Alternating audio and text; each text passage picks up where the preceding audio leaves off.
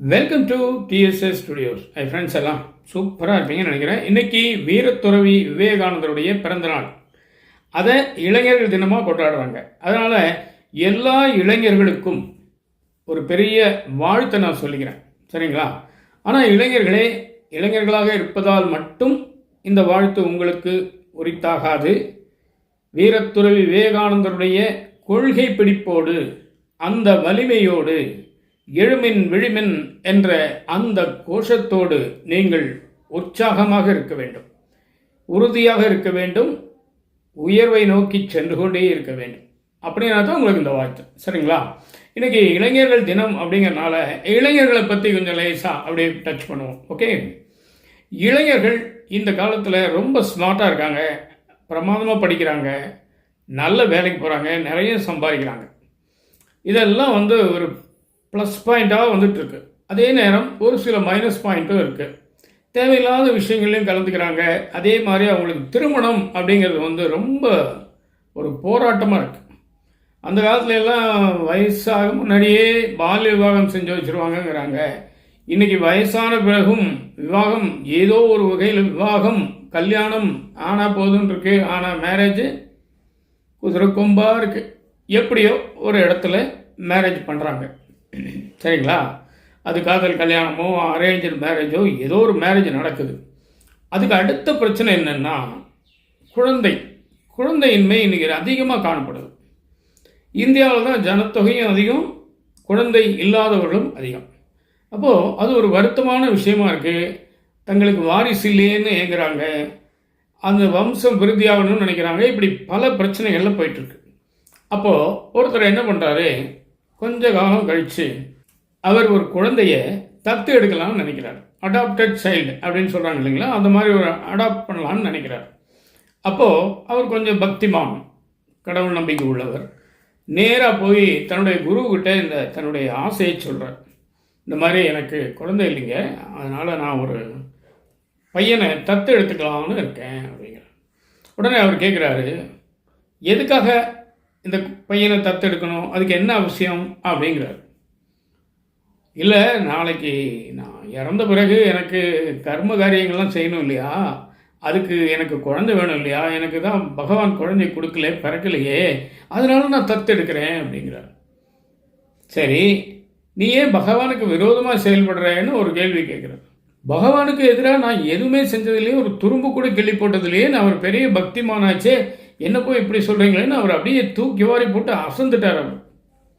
அவரால் அதை ஜீர்ணிக்கவே முடியல. பகவானுக்கு எதிராக நானா அப்படிங்கிற மாதிரி.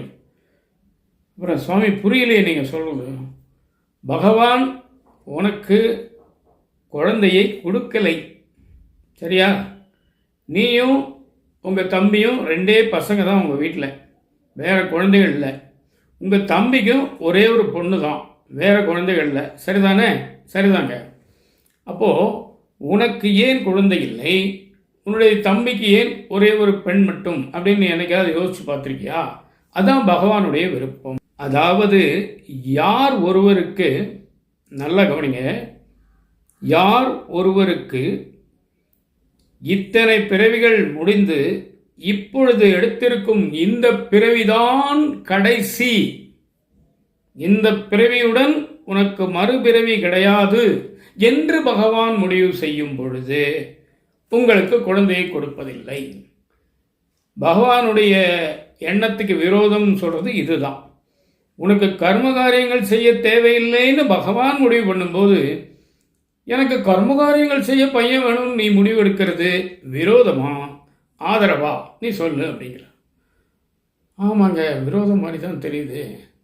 நல்ல வேளை நான் ஒரு பெரிய தப்பு செய்ய இருந்தேன், என்னை காப்பாற்றிட்டீங்க அப்படிங்கிறார். ஏன்னா அவர் தத்து எடுக்கலை. அதுக்கப்புறம் தம்பிக்கு ஏன் ஒரு பொண்ணுங்கிறது ஒரு காரணம் சொல்கிறார். அவருக்குமே ஒரே ஒரு பெண் குழந்தைங்கிற பட்சத்தில் அவர் இறந்த பிறகு அந்த ஓராண்டுக்கு உள்ளான கர்ம காரியங்களை செஞ்சால் போதும். அதுக்கப்புறம் அந்த பெண் கூட செய்ய வேண்டியதில்லை. அதுதான் கடவுளுடைய நியதி. அதனால் உனக்கு தேவையில்லை. எந்த அளவுக்கு உண்மை பொய் அப்படிங்கிறதெல்லாம் நம்ம ஆராய்ச்சி பண்ணக்கூடாது. இப்படி ஒன்று இருக்குது. நீங்கள் இன்னொன்று கேட்கலாம், அதையும் நானே சொல்லிடுறேன். தசரதனுக்கு குழந்தையே கிடையாது அப்படி. அப்போ ராம லட்சுமணன் பரதன் சத்ருகனன்னா யாருன்னு கேட்பாங்க. உண்மையிலேயே தசரதனுக்கு இயல்பாக குழந்தை பிறக்கவில்லை. அதுக்காக வேண்டி அவர் புத்திரகாமேஷ்டி யாகம் பண்ணுறார். அந்த புத்திரகாமேஷ்டி யாகம் பண்ணினா கண்டிப்பாக குழந்தை பிறக்கணுங்கிறது விதி. அப்போது அவரும் பகவான் கடவுள் ஆண்டவனுக்கு எதிராக தானே செஞ்சுருக்காரு. அப்போ அவர் மட்டும் ஏன் போய் புத்திரகாமேஷ்டி யாகம் பண்ணாருன்னு நீங்கள் கேட்பீங்க அப்படின்னு அவரே சொல்கிறார். அதுக்கு என்ன காரணம் அப்படின்னா, ராவணனை அழிக்க ராம அவதாரம் எடுக்க வேண்டும். ராம அவதாரம் எடுக்க தசரதன் வயிற்றில் பிறக்க வேண்டும். ஆனால் தசரதனுக்கு குழந்தை இல்லை. அதனால தான் அவர் புத்திரகாமேஷ்டி யாகம் பண்ணி அதில் கிடைக்கக்கூடிய அந்த பிரசாதத்தை தன் 3 மனைவிகளுக்கும் கொடுத்ததில் அவர்கள் 3 பேரும் குழந்தை பெறுகிறார்கள். சரிங்களா? அப்போது தசரதனுக்கு இயல்பாகவே குழந்தை இல்லை.